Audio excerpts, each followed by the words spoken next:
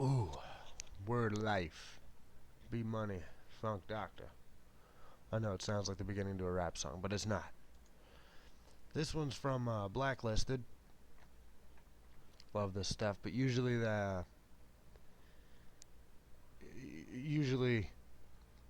what's this? Sacramaniac covers this stuff, so I leave it alone. But I haven't really seen anybody pick up on this one here. The FBI wants records kept of websites visited. It's not just the FBI. There's a couple different ones.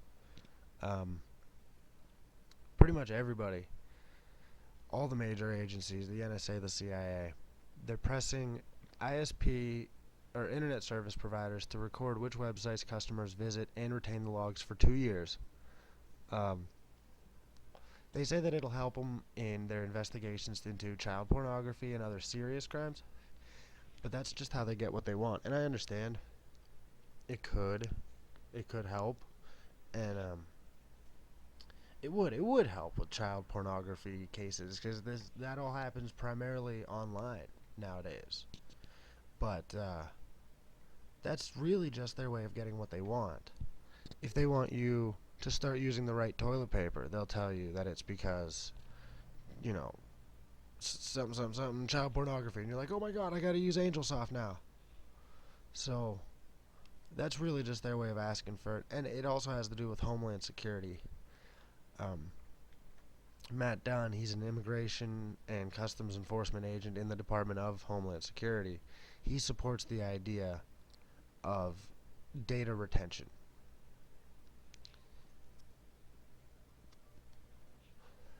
This goes as far back as 2006. As far back as a 2006 speech, Mueller had called for data retention on the part of internet providers.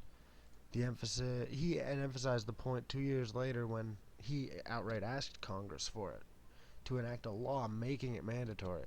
Um, it had not been clear before that the FBI was already asking companies to begin to keep logs of what websites are visited, which few, if any, currently do. Now that's horseshit because I just did my own little story on Google. They do it for the CIA, the NSA, MTV, LBC, all them.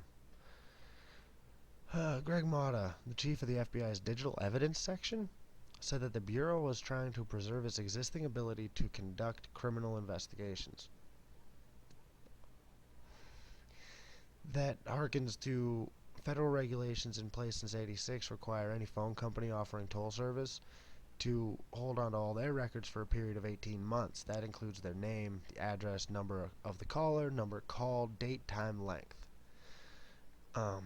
At Thursday's meeting of the Online Safety Technology Working Group, which was created by Congress and organized by the U.S. Department of Commerce, Mata stressed the Bureau was not asking that content data, such as email text, be retained. And then this is a good one here. The question, at least for the Bureau, has been about non-content transactional data to be preserved, transmission records, non-content records, addressing, routing, signaling of the communication. That's just that all that political nonsensical jargon. That's how they tell you they're going to be looking at, and they want everything they can get out of each website and your fucking computer. But they say it like this because words like non-content, transactional, signaling of the communication, things like that leave you confused. They say there's going to be a balance of what industry can bear. He recommends origin and destination information for non-content data. Somebody fucking translate that for me. Because it just sounds like he recommends raping your asshole and telling you that it's flowers.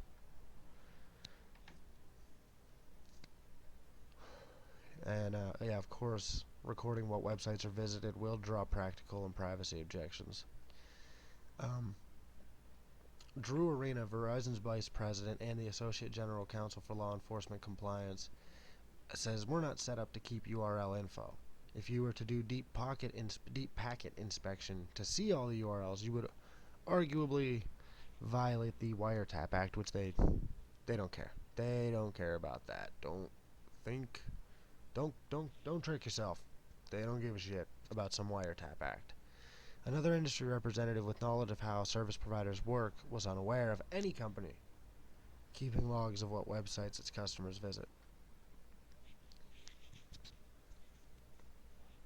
What remains unclear are the details of what the FBI is proposing. The possibilities include requiring an internet provider to log the IP address of a website visited or the domain name. While the first three categories could be logged without doing deep packet inspection, the fourth category would require it. It could run up against opposition in Congress, which lambasted the concept in a series of hearings in '08, causing the demise of some company, Nebuad, I've never heard of, which pioneered it inside the United States. Obviously, that's the rest of the article. You can go ahead and read it. I don't know what even to think about it. I'm just outright pissed off because at the same time that they're feeding you this like, oh, we don't know anybody that's doing it. Google's not doing it. Yahoo's not doing it. Everybody knows that Google is doing it. They're handing this information off directly. In the last one I did about Google, I mentioned that they talk about how it used to be a period of like 6 to 12 months or something like that, but now they retain all records for 2 to 3 years. And this is because of a suggestion by the CIA, and then here they're trying to tell you that they don't know anybody that's doing it. It's still in Congress. It's still on the table. They're still thinking about it. It's horseshit. They're doing it. They're doing it, and we're arguing about it. And that just doesn't make any sense to me. Actually, they're doing it, and they're arguing about it for us. And there's a good majority of people with their head in the sand hoping some congressman, some senator comes through for them. Don't buy their brand of bullshit, everybody. I'm sorry, I usually don't go on and on like that. This one just kind of hits nerve, I suppose. Thanks for listening, though.